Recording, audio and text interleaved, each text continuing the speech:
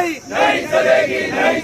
मनोज भाई तुम संघर्ष करो, हम तुम्हारे साथ हैं।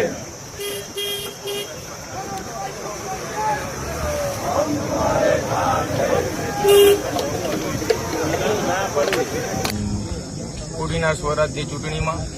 લોકશાહી પદ્ધતિથી જ્યારે મતદાન થયું હોય અને કોડીનારની તમામ પ્રજાએ કોંગ્રેસ પાર્ટીનો ભવ્ય વિજય થયો હોય ત્યારે ભાજપના પેટમાં તેલ રેડાયું એ પ્રકારે રાજકીય કિન્નાખોરી રાખી અને કોંગ્રેસ પાર્ટીના તમામ સદસ્યોને ધમકાવવામાં આવી રહ્યા છે, તેના પરિવારોને ધમકાવી રહ્યામાં આવે છે અને ત્યારબાદ